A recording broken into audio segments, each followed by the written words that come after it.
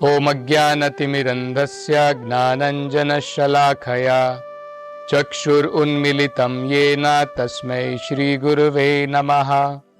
नमो ओम विष्णुपादाय कृष्णप्रेष्ठाय भूतले श्रीमते भक्तिवेदांत स्वामिन् इति नामिने। नमस्ते सरस्वते देवे गौरवाणी प्रचारिणे निर्विशेषा शून्यवादी पाश्चात्य देशतारिणे। जय श्री कृष्ण चैतन्य प्रभु नित्यानंद श्री अद्वैत गदाधर श्रीवासादि गौर भक्त वृंद। हरे कृष्णा कृष्ण कृष्णा हरे हरे, हरे राम राम राम हरे हरे। हरे कृष्णा। आप सभी भक्तों का आज की कृष्ण कथा में हार्दिक अभिनंदन है। कल की कथा में हमने देखा किस प्रकार से भगवान कृष्ण ने वसुदेव के हृदय से देवकी के गर्भ में प्रवेश किया। भगवान सबसे पहले वसुदेव के मन में आए और इससे हम एक बड़ा सुंदर पाठ समझ सकते हैं। भगवान वसुदेव के मन में आए, क्या हमारे मन में नहीं आ सकते हैं? वसुदेव के अंदर में जो गुण थे, विशेषताएं थी, अगर वो हमारे जीवन में भी हम रख लें तो अवश्य भगवान हमारे मन में भी प्रकट होंगे। और इसलिए वेदों में कहा गया है, जिस व्यक्ति का हृदय वसुदेव की भांति शुद्ध होता है, जिसे शुद्ध सत्व गुण कहते हैं, उस स्तर पर भगवान कृष्ण प्रकट होते हैं। शुद्ध सत्व गुण में, जिसमें रजोगुण तमोगुण का कोई प्रभाव नहीं रहता है। तो अगर हम अपने जीवन को इस प्रकार से ढाल लें कि रजोगुण और तमोगुण के प्रभाव से हम बच करके धीरे धीरे सत्वगुण भगवान की भक्ति के द्वारा शुद्ध सत्वगुण में आ जाएंगे, तो भगवान हमारे हृदय में भी प्रकट होंगे। तो इस प्रकार से भगवान वसुदेव के मन में प्रकट हुए, बाद में देवकी के मन में गए, देवकी के मन से बाद में भगवान देवकी के गर्भ में गए। जब भगवान देवकी के गर्भ में उन्होंने आश्रय लिया, तुरंत सभी देवी देवता आकाश से एक प्रकार से उस रूप में, अदृश्य रूप में, कंस के कारागार में वहां पर प्रकट हुए और भगवान से अनेकों प्रकार की प्रार्थनाएं की। वसुदेव ने भी भगवान की प्रार्थना की। बाद में इन सभी देवी देवताओं ने देवकी का चारों तरफ से परिक्रमा की, क्योंकि भगवान स्वयं उनके गर्भ में है, और बाद में अपने अपने धाम को वापस लौट गए। उस समय में बताया जाता है, जब भगवान ने देवकी के गर्भ में इस प्रकार से आश्रय लिया, देवकी की सुंदरता, देवकी पहले ही अति सुंदर थी, उनकी सुंदरता अलौकिक हो गई। कोई मैच नहीं उसका इस पूरे संसार में, क्योंकि भगवान स्वयं जो श्याम सुंदर हैं, अगर वो देवकी के गर्भ में हैं, तो भला देवकी की सुंदरता को हम केवल सोच मात्र सकते हैं। तो वसुदेव भी ये देख करके बिल्कुल आश्चर्यचकित हो गए। लेकिन क्योंकि देवकी कंस के कारागार में बंद थी, तो उनकी सुंदरता जो है, जिस प्रकार से उदाहरण दिया जाता है, एक अग्नि होती है, अग्नि, उसके अंदर में आग है, अग्नि है, तापमान है, सब कुछ है, रोशनी है, प्रकाश है, लेकिन अगर वो राख से ढक जाए वो बाहर नहीं दिखती। लेकिन कंस को भी ये प्रतीत हो गया। कंस ने भी देखा कि मेरी बहन इतनी अलौकिक प्रकार की सुंदरता है, तुरंत उसके मन में ये भरोसा आ गया, हो ना हो भगवान विष्णु ने अब देवकी के गर्भ में शरण ले ली है।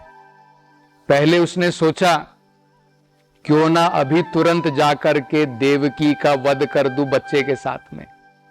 लेकिन फिर उसने विचार किया, नहीं, मुझे इतनी जल्दबाजी नहीं करनी चाहिए, क्योंकि एक स्त्री और ऊपर से अगर स्त्री गर्भवती हो उसकी हत्या करना ये तो इतना अपयश है, नरक के समान है। तो ऐसा सोच करके कंस ने ये कार्य नहीं किया, लेकिन उसके मन के अंदर में अनेकों प्रकार के, उसका मन पूर्ण रूप से विचलित हो गया। खाते समय, उठते समय, सोते समय, किसी भी समय में उसके मन के अंदर में इतना भय बैठ गया अपनी मृत्यु का, हमेशा उसके चारों तरफ केवल उसको विष्णु नजर आने लगे। देखिए, यहां पर ये एक बड़ा सुंदर संदर्भ है, समझने लायक है। भगवान का भक्त भी भक्ति के द्वारा, भगवान भगवत गीता में कहते हैं ना, मन मन भव मद भक्तो मद्याजी माम नमस्कुरु। हमेशा मुझे अपने मन में रखो। कंस भी भगवान को मन में रख रहा है, तो क्या कंस भी भगवान का भक्त हो गया है? यह समझना बड़ा महत्वपूर्ण है। भगवान का भक्त प्रेम के द्वारा 24 घंटे भगवान के बारे में विचार करता है, स्मरण करता है, सोचता है। दुष्ट राक्षस असुर जो होता है वो भी 24 घंटे भगवान के बारे में सोच सकता है, विचार कर सकता है, लेकिन द्वेष के द्वारा यह अंतर होता है। एक प्रतिकूल है, एक अनुकूल है। जब अनुकूल प्रेम के द्वारा हम भगवान के विषय में भगवान की सेवा करते हैं, भगवान का गुणगान करते हैं, उसे भक्ति कहते हैं। कंस ने जो की वो भक्ति नहीं है, वो भी कृष्ण भावनामृत था, लेकिन भक्ति के द्वारा नहीं। यह हमें समझना है। तो इस प्रकार से कंस जो है बिल्कुल भयभीत था, हमेशा 24 घंटे भगवान के बारे में सोचता था। तो इस प्रकार से जब वसुदेव ने भगवान से प्रार्थना पूर्ण की, उसके बाद में स्वयं भगवान देवकी के गर्भ से आधी रात के समय में भगवान ने जन्म लिया कंस की कारागार में। आज भी अगर आप मथुरा में जाएंगे तो आप वहां पर देख सकेंगे कि किस प्रकार से वो कारागार आज भी वहां पर कहा जाता है मौजूद है, जहां पर स्वयं भगवान कृष्ण ने जन्म लिया। तो इसका बड़ा भागवत में एक सुंदर वर्णन दिया है। यहां पे भी हम समझ सकते हैं जब भगवान ने देवकी के गर्भ में कैसे प्रवेश किया, भगवान ने जन्म कैसे लिया, उससे भी हम समझ सकते हैं हमारे जन्म में और भगवान के जन्म में कितना अंतर है। तो जब भगवान ने जन्म लिया, भगवान ने अपने विष्णु के रूप में जन्म लिया। भगवान की 4 भुजाएं थी, शंख चक्र गदा पद्मा, ये भगवान जो है अपने हाथों में लगाए हुए थे। कौन बच्चा ऐसे जन्म लेता है? कौन बच्चा 4 भुजाओं के साथ में जन्म लेता है, शंख चक्र गदा पद्मा के साथ में? हम लोग जब इस भौतिक संसार में जन्म लेते हैं, हमारे पुराने जन्म में हमने कितने भी क्या भी कर्म किए हो, हम पुराने जन्म से एक छोटा कपड़ा भी लेकर के नहीं आते हैं। जब जन्म लेते हैं बिल्कुल नग्न, बिना कपड़े के, लेकिन जब भगवान ने जन्म लिया पूर्ण रूप से अलंकृत थे। भगवान पूर्ण रूप से सुसज्जित थे। वैदुर्या जो एक बड़ा बहुमूल्य पत्थर है, भगवान उसका मुकुट पहने हुए थे। कौस्तुभा जो एक सुंदर मूल्यवान जो पत्थर है, भगवान उसके हार से सुसज्जित थे। भगवान ने हाथों में कंगन पहने हुए थे, भगवान ने कान में कुंडल पहने हुए थे। इस प्रकार से पूर्ण रूप से सुसज्जित होकर के भगवान ने जन्म लिया। तब वसुदेव ने, देवकी ने अनेकों प्रकार की प्रार्थनाएं की, और देवकी ने अंत में प्रार्थना करते हुए भगवान कृष्ण से कहा, भगवान मुझे बड़ा इतना आनंद है कि आपने हमारे घर में जन्म इस प्रकार से दिया। और भगवान ने उनको बताया कि पुराने जन्म में जब तुम पृश्नि और सुतप के रूप में थे, उस समय भी मैं तुम्हारे पुत्र के रूप में आया था। जब तुम कश्यप और अदिति के रूप में थे, उस समय भी मैं तुम्हारे घर में आया था, और अब वसुदेव और देवकी के रूप में भी मैं तुम्हारे घर में पुत्र के रूप में जन्म ले रहा हूं। तो देवकी ने प्रार्थना की कि भगवान, ये जो आपका अद्भुत रूप है विष्णु का, इसको देख करके तो तुरंत कंस की समझ में आ जाएगा कि आप भगवान स्वयं विष्णु हैं। और तुरंत, क्योंकि वो भगवान विष्णु से ईर्ष्या रखता है और उसको समझ है, इसलिए तुरंत ही आपका वध करने का प्रयास करेगा। हम आपसे प्रार्थना करते हैं भगवान, आपकी ये 4 भुजाओं को आप छिपा लीजिए, एक आम बालक की तरह आप यहां पर रहिए।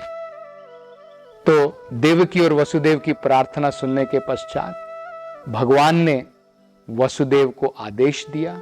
भगवान ने वसुदेव से कहा कि मैं तुम्हें आदेश देता हूं, मेरे अभी जन्म होने के पश्चात में इसी समय पर गोकुल में नंद बाबा और यशोदा मैया के घर में एक कन्या ने जन्म लिया है, जो मेरी योग माया शक्ति है। तो मैं तुम्हें आदेश देता हूं, तुम मुझे यहां से उठा करके लेकर के जाओ, गोकुल में जाओ, और वहां पर जिस बच्ची ने, जो कन्या ने जन्म लिया है, उसको उठा करके यहां पर ले आओ, मतलब अदल बदल कर दो। और ऐसा कहने के पश्चात भगवान एक आम बालक की तरह शांत हो गए वहां पर। तो जिस प्रकार से आदेश मिला था, वसुदेव ने भगवान को उठाया, और वसुदेव ने देखा कि मुझे तो हथकड़ियां लगी हुई है, मेरे हाथ पांव बंधे हुए हैं, लेकिन भगवान की योग माया की शक्ति देखो, उनके सारी हथकड़ियां खुल गई। जितने भी 7-8 जो भी द्वार थे, सारे द्वार खुल गए, और भगवान की योग माया शक्ति के द्वारा जितने भी वहां पर पहरेदार थे, कंस के महल में जितने भी लोग थे, सब गूढ़ निद्रा में सो गए। और उस समय कहा जाता है रात्रि का अंधकार था। तो जब वसुदेव बाहर लेकर के निकले, कहते हैं वेदों के अंदर में, चैतन्य चरितामृत में यह बताया है, कृष्ण है सूर्य समा, माया है अंधकार, यहां है कृष्णा तहार नहीं मायार अधिकार। भगवान कृष्ण सूर्य के समान है, माया अंधकार है। जहां पर भगवान कृष्ण है वहां पर अंधकार नहीं है। तो तुरंत जैसे ही वसुदेव भगवान को अपने सर के ऊपर लेकर के गए, तुरंत सब कुछ प्रकाशमय हो गया। और उस समय घनघोर बारिश हो रही थी। उस समय में तुरंत भगवान के सेवक अनंत शेष, उन्होंने अपने मुखों के द्वारा भगवान के ऊपर एक छतरी बना ली भगवान की सेवा के लिए। और इस प्रकार से वसुदेव जो है जा रहे थे। जब वो यमुना नदी के किनारे पर पहुंचे, यमुना नदी के किनारे उन्होंने देखा कि यमुना नदी जो है पूर्ण रूप से भर गई है। अब वो सोच रहे हैं मैं कैसे पार करूं, गोकुल वहां से दिख रहा है लेकिन पानी इतना भरा है कि मैं कैसे पार करूं। ऐसा सोच विचार कर रहे थे और वो सोच रहे थे कि चलो मैं जाता हूं। तो जैसे ही उन्होंने पानी के अंदर में कदम रखा, पानी की लहरें और बढ़ रही थी। भागवत में बताया है, पुराणों में बताया है, यमुना मैया वो भी कृतार्थ होना चाहती थी, भगवान की पांव की धूल अपने सर के ऊपर लगाना चाहती थी। तो भगवान जो है यमुना मैया की इच्छा पूरी करना चाहते थे। तो भगवान ने क्या किया, भगवान तुरंत वसुदेव के सर से गिर गए और सीधा भगवान यमुना नदी के अंदर में गिर गए। अपने पांव की जो है चरण धूल से भगवान ने यमुना को शुद्ध किया, उसकी इच्छा को पूर्ण किया। वसुदेव उस समय भयभीत हो गए जब उन्होंने देखा कि कृष्ण उनके सर से गिर के यमुना में आ गए हैं। जोर जोर से सहायता के लिए पुकारने लगे, कोई ले कोई ले। मतलब ये संस्कृत में या हिंदी में हम लोग कहते हैं ना, उनके पुत्र गिर गए और वो कह रहे हैं कोई मेरे पुत्र को यहां से उठा ले, कोई ले कोई ले।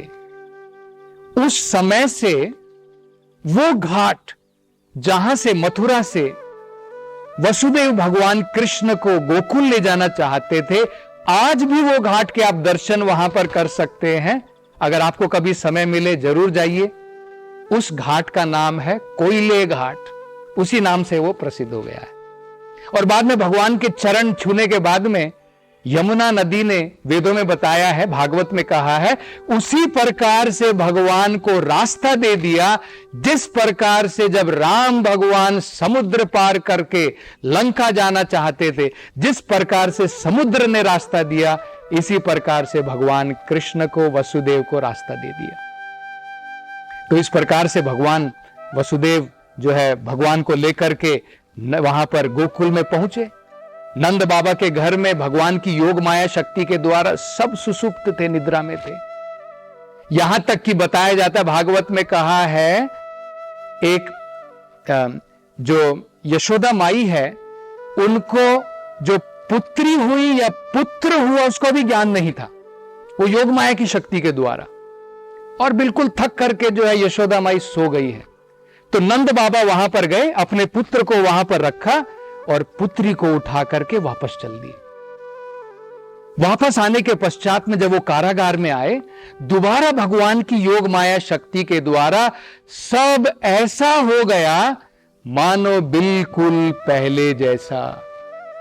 किसी को भी कोई आभास नहीं हुआ कि यहां पर कुछ हुआ है। तो उस समय में तब तक सवेरे हो चुका था। तो उस कन्या की रोने की आवाज शुरू हुई। उस कन्या ने जो है रुदन शुरू किया। तो रोने की आवाज सुनने के बाद में सारे पहरेदार जाग गए, और जाग करके उन्होंने देखा कि यहां पर जो है कारागार के अंदर में देवकी ने 8वें पुत्र को या पुत्री को जन्म दिया है। तुरंत जाकर के कंस को बताया। तो कंस भी वहां पर आ गया। वो तो अभी तक जो है बिल्कुल प्रतीक्षा में था। उसको पता था 8वीं संतान मेरी मृत्यु का कारण बनेगी। वो बिल्कुल जो है किस प्रकार से जल्द उससे छुटकारा पाए वो चाहता था। तो तुरंत वहां पर गया। देवकी और वसुदेव ने अनेकों प्रकार से विनती की, अनेकों प्रकार से प्रार्थनाएं की। उन्होंने कहा, आकाशवाणी के अनुसार पुत्र तुम्हारा वध करेगा, ये पुत्री तुम्हारा क्या बिगाड़ेगी। और देवकी ने यहां तक भी कहा, कंस, मैं ये वचन देती हूं, ये पुत्री जब बड़ी हो जाएगी मैं इसकी शादी तुम्हारे पुत्र से कर दूंगी। लेकिन दुष्ट कंस के ऊपर कोई असर नहीं पड़ा। यह बताया जाता है वेदों के अंदर में, जिस प्रकार से हिरण्यकशिपु अपने स्वयं पुत्र प्रहलाद को मारने के लिए तैयार था, ठीक इसी प्रकार यहां पर हम देख सकते हैं दुष्ट कंस इतना निर्मम था, इतना घोर था कि एक छोटी सी कन्या को भी मारना चाहता था। तो तुरंत उसने देवकी के हाथों से उस कन्या को छीन लिया और उसने जो है फर्श के ऊपर पटक करके, पत्थर के ऊपर पटक करके उसे मारना चाहता था। लेकिन वो कन्या जो है तुरंत कंस के हाथों से फिसल करके चली गई और आकाश में पहुंच गई। आकाश में पहुंचते ही उस कन्या ने अपने अष्टभुजाओं का रूप धारण किया। उनका नाम है दुर्गा। भगवान की योग माया के रूप में जिन्होंने जन्म लिया, जो आज हम संसार में देख सकते हैं, दुर्गा देवी, चंडी जिन्हें कहा जाता है, जो दुष्टों का संहार करती है अपनी भुजाओं के द्वारा, उन्होंने जो है जन्म लिया था। तो आकाश में जाने के बाद में दुर्गा जी ने, उन्होंने कंस को ललकारा। कंस से कहा, कंस तुम मेरा क्या बिगाड़ सकते हो, तुम मेरा कुछ नहीं कर सकते हो। मूर्ख कंस, क्यों देवकी के ऊपर, वसुदेव के ऊपर तुम इतना अत्याचार कर रहे हो। तुम्हारी मृत्यु का कारण ऑलरेडी दूसरी जगह पर जन्म ले चुका है। इस समय उसने कहीं और पर जन्म ले लिया है। तो जब दुष्ट कंस ने इस प्रकार की बातें सुनी, तब उसको अकल आई।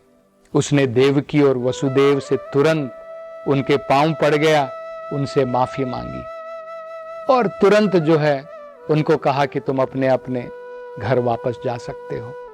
तो देवकी और वसुदेव वहां से चले गए।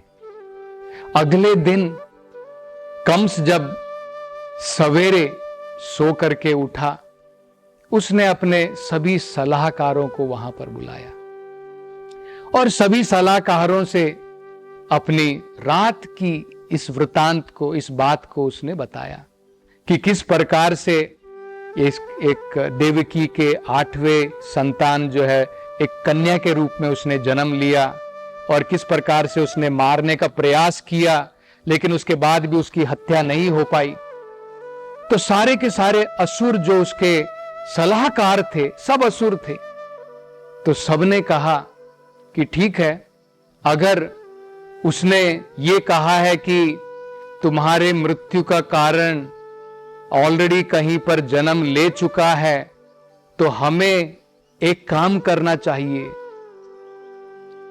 पूरे मथुरा नगरी के अंदर में जहां कहीं भी किसी भी छोटे बच्चे ने जन्म लिया है 10 दिन के अंदर में, उन सभी को हमें मार देना चाहिए, सबका वध कर देना चाहिए। देखिए, असुरों की सलाह हम देख सकते हैं। बाद में यही असुर अगली सलाह देते हैं। वो कहते हैं, कंस, तुम्हारे सामने तो देवतागण भी घबराते हैं। हम तुमसे कहते हैं तुम्हें क्या करना चाहिए, न केवल इन जो नवजात बच्चे हैं उनका तो वध करेंगे, इनके साथ साथ ब्राह्मणों का भी वध करेंगे, वैष्णवों का वध करेंगे, साधु संतों का वध करेंगे। क्यों? क्योंकि वेद, अनेकों प्रकार की तपस्याएं, अनेकों प्रकार के यज्ञ, ये सब भगवान विष्णु की संतुष्टि के लिए किए जाते हैं। और इनको करने वाले कौन हैं? वेदों को पढ़ने वाले ब्राह्मण लोग हैं, साधु संत लोग तपस्याएं करते हैं, अनेकों प्रकार के यज्ञ करते हैं। अगर हम इन सब का वध कर देंगे तो वो एक प्रकार से विष्णु के वध के बराबर है। तो क्यों ना हम इन सब का भी वध कर दें। तो इस प्रकार की सलाह जो है कंस के सलाहकारों ने कंस को दी और उन्होंने कहा हमें घबराने की कोई जरूरत नहीं है, क्योंकि देखो जितने भी देवी देवता हैं वो सारे देवी देवता आपसे घबराते हैं। जहां तक विष्णु की बात है, विष्णु से क्या घबराना, वो तो पहले ही सबके हृदय में जा चुका है। उसने हृदय के अंदर में, सब जीव के हृदय के अंदर में आश्रय ले लिया, वो बाहर नहीं आ सकता है। शिव जी से क्या डरना, उन्होंने तो सारा संसार त्याग दिया है, वन में आश्रय ले लिया है। ब्रह्मा जी से भी क्या डरना, ब्रह्मा जी तो हमेशा अपनी तपस्या में, ध्यान में मग्न रहते हैं। और इंद्र क्या है, इंद्र तो आपके सामने एक तिनका है। तो हम इतना घोर अत्याचार भी करेंगे तो कोई प्रॉब्लम नहीं है, हमें कोई डरने की जरूरत नहीं है, किसी से भी डरने की जरूरत नहीं है। तो इस प्रकार से जब कंस के सलाहकारों ने इस प्रकार की सलाह दी, ये सलाह अपनी मृत्यु को और निकट बुलाने की सलाह है। क्योंकि भगवान अपने ऊपर अपराध को सहन कर सकते हैं, लेकिन भगवान अपने भक्तों के ऊपर, भगवान जीवों के ऊपर इस प्रकार के अत्याचार को, और खासकर जो भगवान के महान संत हैं, साधु हैं, उनके ऊपर भगवान अत्याचार सहन नहीं कर सकते हैं।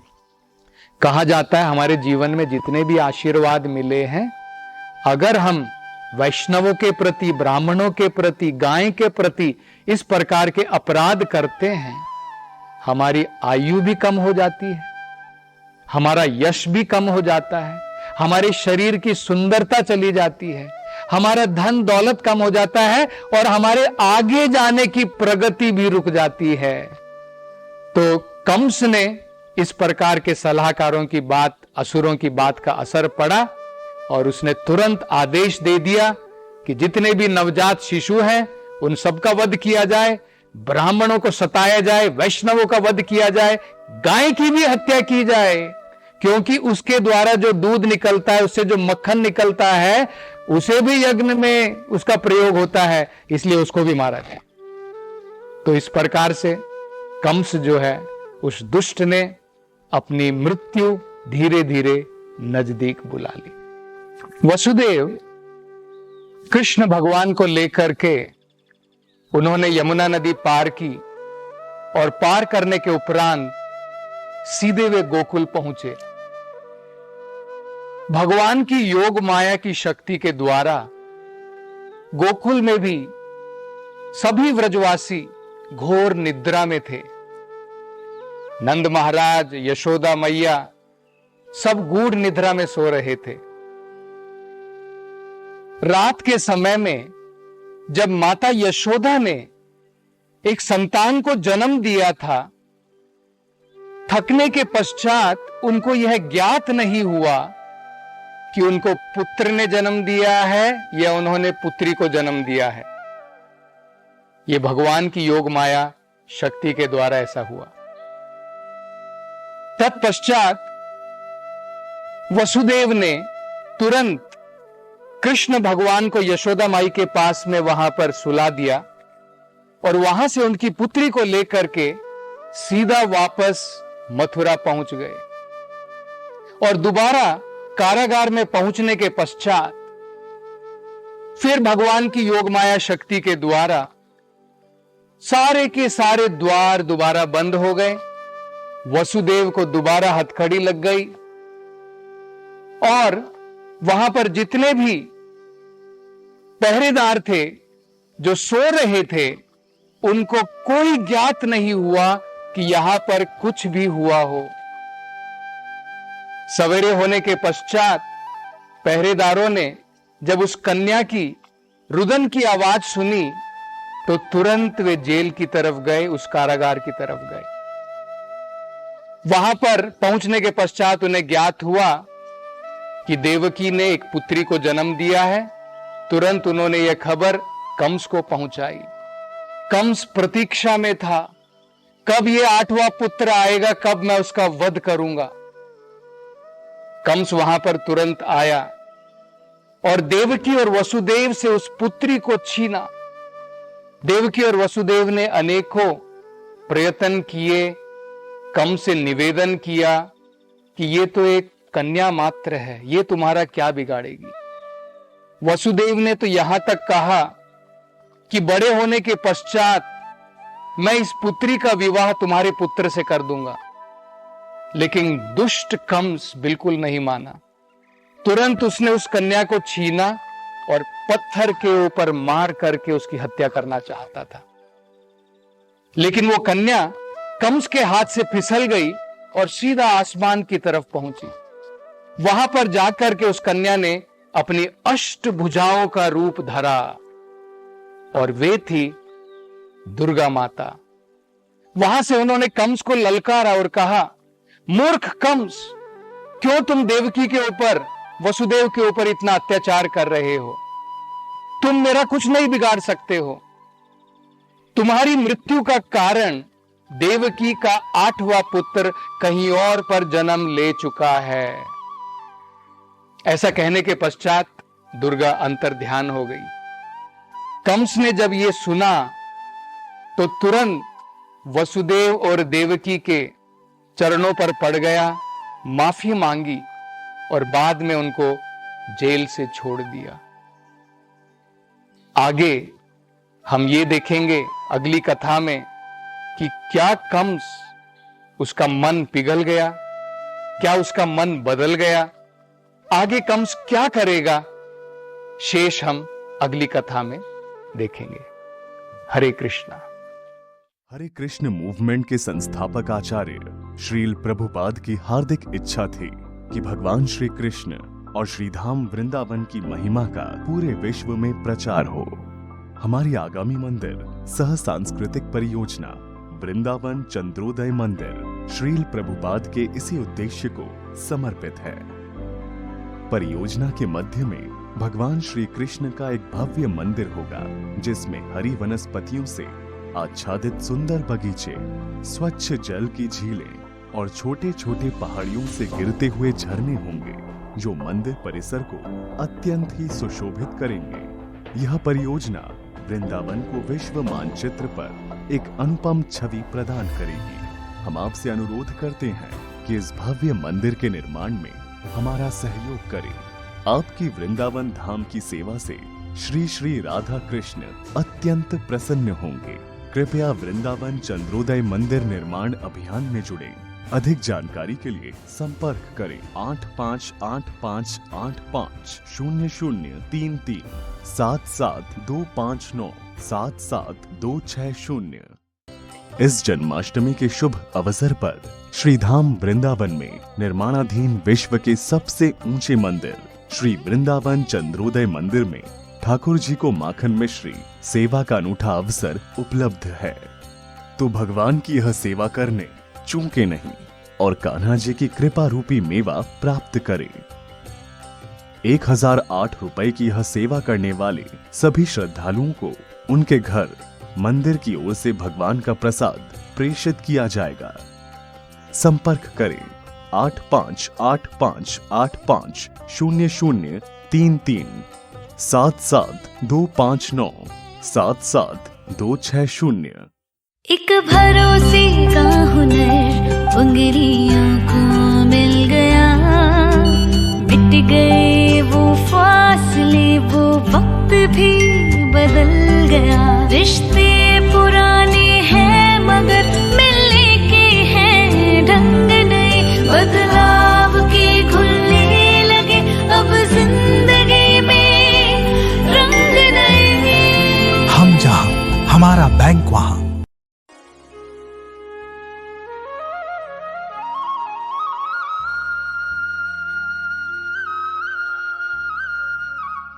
हल्दीराम परिवार की ओर से आप सभी को जन्माष्टमी की हार्दिक शुभकामनाएं।